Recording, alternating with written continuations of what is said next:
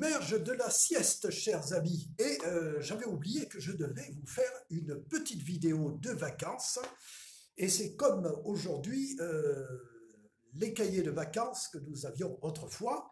Eh bien, je vais vous instruire tout en nous amusant.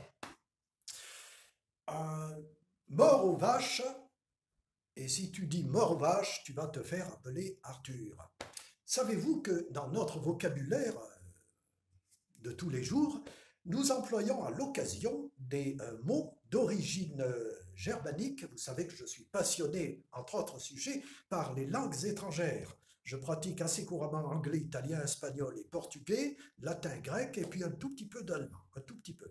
Et en l'occurrence, justement, je peux prendre l'accent au moment, accent allemand, pour vous expliquer pourquoi ils disent mort aux vaches. Vaches. Pourquoi? Vache, vache. Eh bien, l'histoire remonte en fait au XIXe siècle, à la fin du XIXe siècle. Souvenez-vous, la guerre contre les Prussiens et l'occupation donc des Teutons du côté de l'Alsace et de la Lorraine. Et alors, à la frontière, et même au-delà, les Lorrains, les Alsaciens, les Français en général, voyaient des guérites, des cabanes, des guérites avec le soldat allemand. Alors à l'époque, ils avaient encore les casques à pointe, mais pas tous. Et il était à surveiller dans sa guérite, il était de garde. Et au-dessus de la guérite, il y avait vache, vache. Vache écrit ce qui signifie en allemand garde, la garde. Mais les Français qui ne connaissaient pas tous la langue allemande, ou bien qui s'en moquaient, voulaient bien lire vache, l'animal. Donc mort aux vaches, mort aux gardes qui nous surveillent sous cette première occupation allemande à la frontière.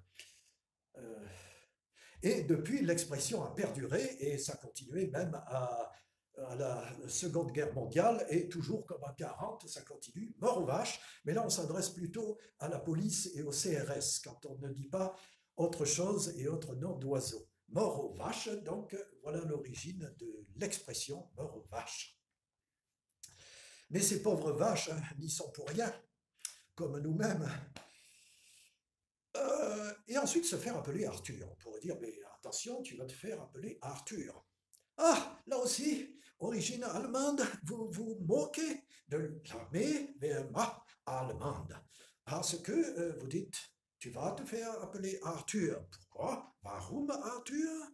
Eh bien, c'est parce que, et mes grands-parents en étaient témoins, il y avait pendant l'occupation allemande, vous le savez, des bombardements alliés. Et alors, il fallait courir aux abris ou bien opérer un couvre-feu. Donc, lorsqu'il y avait le couvre-feu, les gens étaient confinés, oui, déjà confinés, comme on a connu récemment, mais là, l'heure était très grave et il fallait se mettre à l'abri des bombes. Donc, couvre-feu, lumière, licht, on éteignait les lampes dans la maison, des particuliers et autrement les autres aux abris. Et donc, les soldats allemands, au moment de couvre-feu, et lorsqu'il était 8 heures, 8 Uhr, 8 hours en anglais, hein, 8 Uhr, 8 heures, 8 Uhr, weg, los, schnell, los, machen Sie schnell, dépêchez-vous, zu Hause, il faut aller à la maison, 8 Uhr, 8 Uhr, et donc lorsqu'on se faisait dans la rue rappeler à l'ordre qu'il y avait couvre-feu à 8 heures, et il disait Arthur, les Français comprenaient Arthur, Arthur, Arthur, tu vas te faire appeler Arthur, rentre à la maison. Voilà l'origine de Arthur en langue allemande. C'était pour vous amuser, j'ai plein d'étymologies comme ça par centaines et même par milliers. Vous savez, il y a beaucoup de mots français d'origine germanique, surtout les mots relatifs à la guerre. Guerre, d'ailleurs, ça s'écrit avec un G initial, et ça vient en fait de l'allemand, hein, de germanique. Wehrmacht, Wehrmacht. En anglais, on a war, la guerre. Ajouter le G devant, ça donne gwar, c'est devenu guerre. Parce qu'en vieux germanique, on écrivait avec un G initial, même en anglais, puis ça a disparu au début du Moyen-Âge et c'est devenu war, wehr, guerre, la guerre. Voilà. Vous avez d'autres mots et expressions, la guerre, une hache. Voilà, enfin, de toutes sortes d'instruments de guerre et de manœuvres guerrières sur le terrain de bataille, euh, dont l'étymologie est en fait germanique. Voilà. Et puis ça peut remonter encore beaucoup plus loin, du temps des Francs, hein, Clovis et compagnie. Voilà, c'était le petit mot pour rire, étymologiquement parlant. Tu vas te faire appeler Arthur si tu vas pas au lit après la télévision. Arthur.